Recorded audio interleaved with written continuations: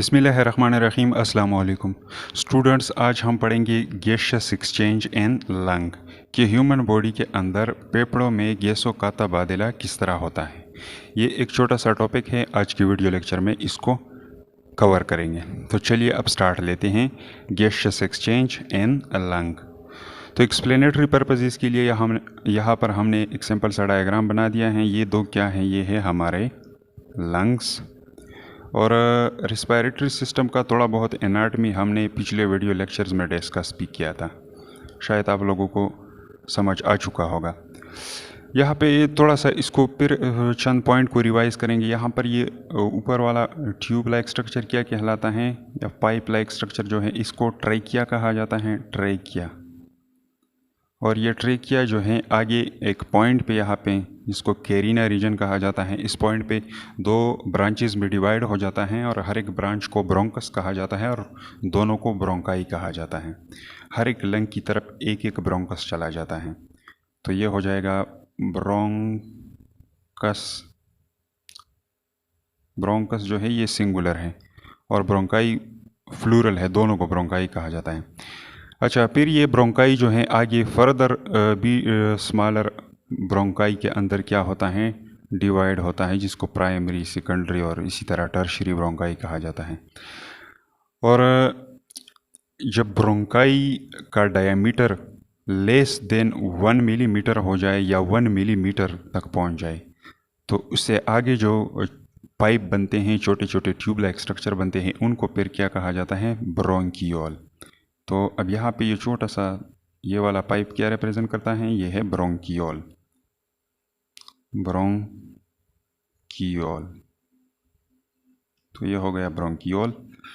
Bronchiole जो है आगे एक डक्ट लाइक स्ट्रक्चर में ओपन होती है, जिसको अल्वेलर डक्ट कहा जाता है। और अल्वेलर डक्ट जो होता है ये एक माइक्रोस्कोपिक सेक लाइक स्ट्रक्चर के अंदर ओपन होता है, जिसको अल्वियोलाई कहा जाता है। ये अल्वियोलाई क्या होते हैं, ये सेक लाइक स्ट्रक्चर होते हैं, ऐसे दिखाई देते हैं जिस तरह अंगूर का गुच्छा, और इसको क्या कहा जाता है, alveoli. The sac like structure are called alveoli. ये हो जाएगा अल्वियोलाई। और एक सेक लाइक स्ट्रक्चर, ये तो बहुत सारे हैं, एक सेक लाइक स्ट्रक्चर को क्या कहा जाता है, अल्वेलस। तो इसका सिंगुलर क्या हो जाएगा, अल्वेलस।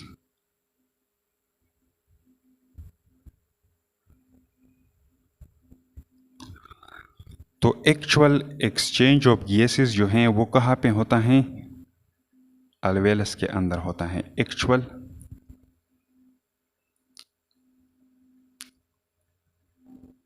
एक्चुअल गैसियस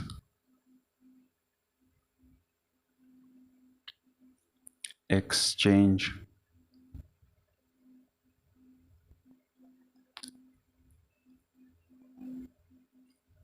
occur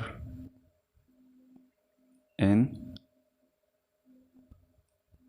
अल्वियोलस आप लोग कहें या अल्वियोलाई कहें, इससे कोई फ़र्क नहीं पड़ता।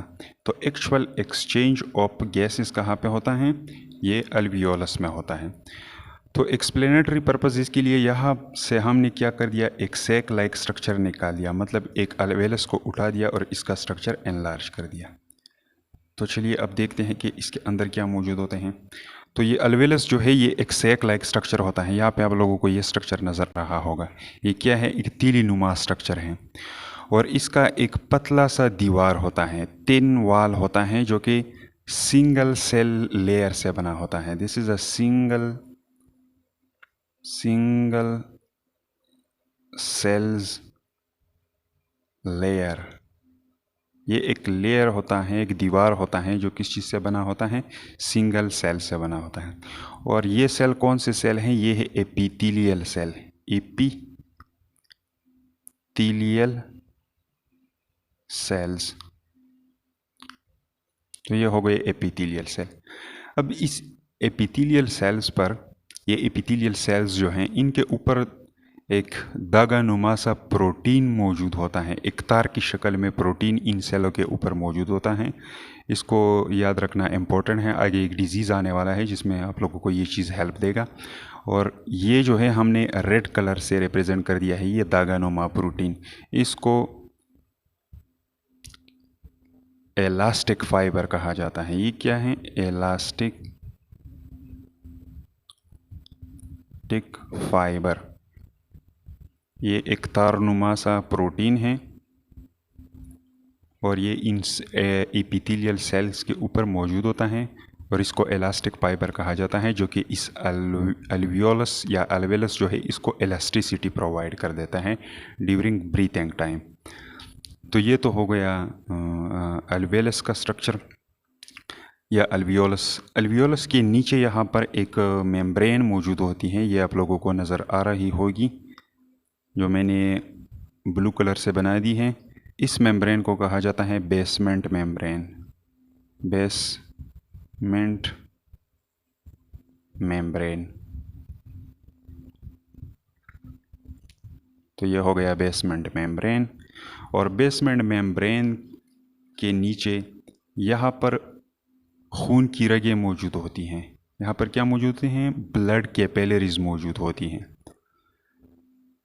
कैपिलरीज क्या होते हैं? ये छोटे छोटे ब्लड वेसल्स होते हैं, एक काइंड ऑफ ब्लड वेसल है जिनको कैपिलरीज कहा जाता है। तो ये इस अल्वेलस के इर्द गिर्द मौजूद होते हैं, लेकिन यहाँ पर एक्सप्लेनेटरी पर्पसेस के लिए हमने एक कैपिलरी को बना दिया है। तो ये क्या है? ये हो गया एक कैपिलरी। ये क्या है? एक ब्लड कैपिलरी। तो असल एक्सचेंज ऑफ गैस इधर ही होता है। तो एक्सचेंज ऑफ गैस यहाँ पर कैसे होता है, ये चीज़ हम इस डायग्राम के थ्रू समझने की कोशिश करते हैं। लेकिन इससे पहले ये कैपिलरी जो है, ये भी, इसका दीवार भी सिंगल सेल से बना होता है। और ये सेल भी क्या होते हैं? Epithelial cell. ये कौन से सेल हैं? ये भी एपिथेलियल सेल है। एपिथेलियल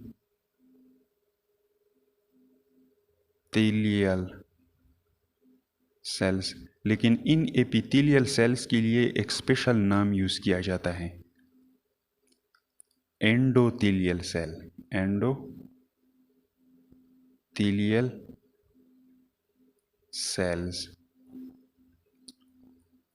कैपिलरीज के जो एपिथेलियल सेल्स होते हैं, कैपिलरीज का वॉल जिन एपिथेलियल सेल से बना होता है, उसको स्पेशल नाम कौन सा यूज़ किया जाता है? Endothelial cell. लेकिन हकीकत में ये भी क्या है? एपिथेलियल सेल ही है। अब इसके बाद डिस्कस करते हैं इसके अंदर गैसियस एक्सचेंज। तो यहाँ से क्या होगा? यहाँ से एयर की एंट्री होगी। एयर यहाँ से दाखिल हो जाएगा। एयर जब यहाँ से दाखिल हो जाता है तो इसके अंदर क्या मौजूद होता है? इसके अंदर मौजूद होता है ज़्यादा मकदार में ऑक्सीजन। हाई कंसंट्रेशन यहाँ पे ऑक्सीजन का मौजूद होता है। ऑक्सीजन के मैंने चंद मालिक्यूल यहाँ पे बना दिए, मतलब इसका कंसंट्रेशन क्या है? हाई है। 6 ऑक्सीजन मालिक्यूल मैंने यहाँ पे बना दिए। और इसके अलावा यहाँ पर इस इनहेल एयर के अंदर और क्या मौजूद होता है? इसके अंदर और मौजूद होता है कार्बन डाइऑक्साइड। लेकिन कार्बन डाइऑक्साइड का मकदार यहाँ पे काफ़ी कम होता है इनकमिंग एयर में। तो चलिए, कार्बन डाइऑक्साइड के यहाँ पे मैंने सिंपली 2 मालिक्यूल ही बना दिए। तो ये हो गए 2 कार्बन डाइऑक्साइड मालिक्यूल, जो कि रिप्रेजेंट करता है लो कंसंट्रेशन इनहेल एयर में। तो अब ये तो अल्वियोलस के अंदर हो गया। अब यहाँ पे ब्लड कैपिलरी जो हैं, इसके अंदर ब्लड जब फ्लो होता है, फॉर एग्जांपल बॉडी से ब्लड आ रहा है ब्लड, और इसके अंदर फ्लो हो रहा है, टिश्यू से आ रहा है ब्लड और इसके अंदर फ्लो हो रहा है। तो यहाँ पे जो ब्लड फ्लो हो रहा होता है, उसमें क्या मौजूद होता है? उसमें ऑक्सीजन का मकदार कम होता है। इसमें क्या कम होता है? ऑक्सीजन का मकदार कम होता है। तो ऑक्सीजन के मैंने यहाँ पर कितने मालिक्यूल बना दिए? लो कंसंट्रेशन के लिए मैंने यहाँ पे 2 मालिक्यूल बना दिए। मतलब ऑक्सीजन का कंसंट्रेशन यहाँ पे कैपिलरी के अंदर क्या है? कम है। क्योंकि ये सेलुलर लेवल पे यूज़ हो चुका होगा सेल, तो ये इस्तेमाल करते हैं, तो इसलिए ब्लड के अंदर इसका कंसंट्रेशन कम होगा। लेकिन यहाँ से जो कार्बन डाइऑक्साइड इस ब्लड के अंदर होता है, इसका कंसंट्रेशन हाई होता है। क्या होता है? हाई होता है। तो हाई कंसंट्रेशन के लिए यहाँ पे मैंने क्या कर दिए?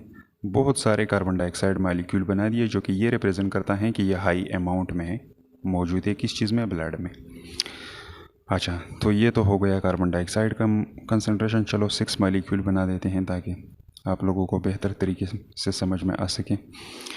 तो देखो यहाँ पे क्या है, ऑक्सीजन मॉलिक्यूलों का कंसंट्रेशन यहाँ पे हाई है, लेकिन ब्लड में क्या है, लो है। तो यहाँ पे क्या होगा, इस हायर कंसंट्रेशन से ऑक्सीजन मॉलिक्यूल्स का मूवमेंट होगा किसकी तरफ, लो कंसंट्रेशन की तरफ। और इस प्रोसेस का नाम क्या होता है, इस प्रोसेस का नाम है डिफ्यूजन। डिफ्यूजन में क्या होता है, मूवमेंट ऑफ मॉलिक्यूल होता है from higher concentration to lower concentration. और इसी तरह यहाँ पर कार्बन डाइऑक्साइड मॉलिक्यूल का कंसंट्रेशन हाई है, तो ये यहाँ से जाएगा कहाँ पे, एल्वेलस की तरफ, ये इधर एक्सचेंज हो जाएगा।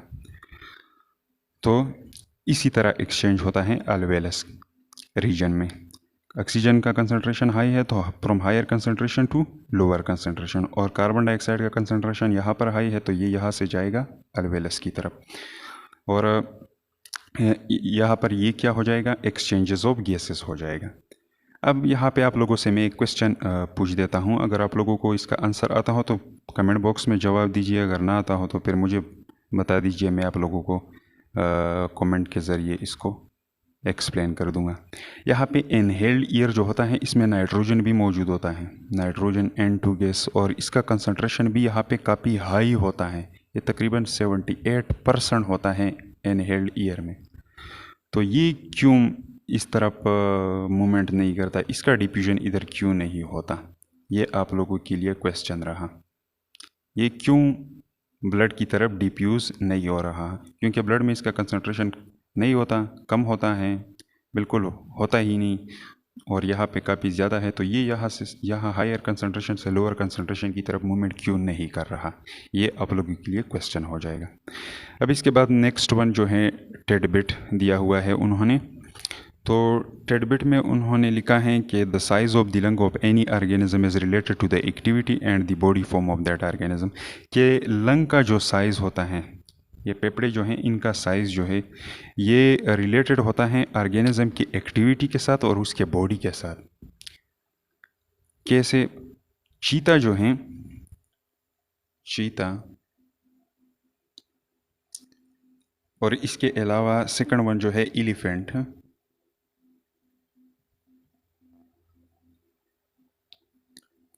इन दोनों की लंग की साइज़ क्या होती है, लंग साइज़, लंग साइज़ ये काफ़ी बड़ी होती है, इंक्रीज़ होती है। और फिर उन्होंने आप लोगों से ये सवाल पूछा है कि what do you think why they have large lung size. आप लोगों का क्या सोच है कि ये चीता और एलिफेंट जो हैं इनके लंग का साइज़ बड़ा क्यों है। तो इसका रीज़न ये है कि एलिफेंट का जो बॉडी साइज़ है, बॉडी साइज़ वो बहुत बड़ा है, बॉडी साइज़ बड़ा है। हमने पहले पढ़ लिया कि लंग का वो रिलेशन किस चीज़ के साथ होता है, बॉडी साइज़ के साथ। तो ये बॉडी साइज़ इसका क्या है, इंक्रीज़ है।